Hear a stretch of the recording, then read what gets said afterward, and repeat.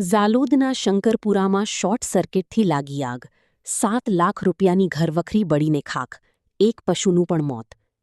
આજે તારીખ 2/6/2026 શનિવારના રોજ સવારે 11 કલાક સુધીમાં મળતી માહિતી મુજબ ઝાલોદ તાલુકાના શંકરપુરા ગામમાં વહેલી સવારે શોર્ટ સર્કિટના કારણે એક મકાનમાં ભીષણ આગ લાગી હતી.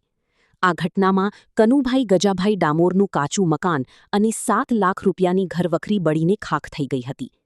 આગમાં એક બકરીનું પણ મોત થયું હતું. આશ્રમ ફળિયામાં રહેતા કનુભાઈ ડામોરના ઘરે વહેલી સવારે 4 કલાકે આગ ફાટી નીકળી હતી.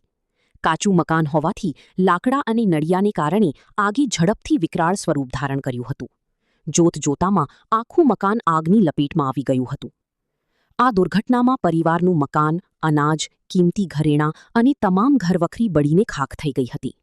પ્રાથમિક અંદાજ મુજબ ચાંદીના દાગીના, ફ્રિજ, કબાટ, મશીન અને અન્ય કિંમતી સામાન સહિત કુલ 7 લાખ રૂપિયાનું નુકસાન થયું છે.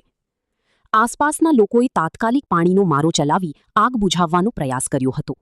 જો કે આગની તીવ્રતા એટલી હતી કે ફાયર બ્રિગેડની ટીમ પહોંચે તે પહેલાં જ મોટાભાગનો સામાન બળી ગયો હતો. ઘટનાની જાણ થતાં જ પંચાયત તલાટી કમ મંત્રી સ્થળ પર પહોંચ્યા હતા. તેમણે પંચકયાસની કામગીરી હાથ ધરી નુકસાનીનો વિગતવાર અહેવાલ તાલુકા વિકાસ અધિકારીને સુપરત કર્યો છે.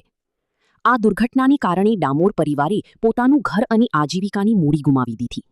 પરિવારે સરકાર અને તંત્ર પાસે વહેલી તકે વળતર અને માનવીય સહાયની અપેક્ષા વ્યક્ત કરી.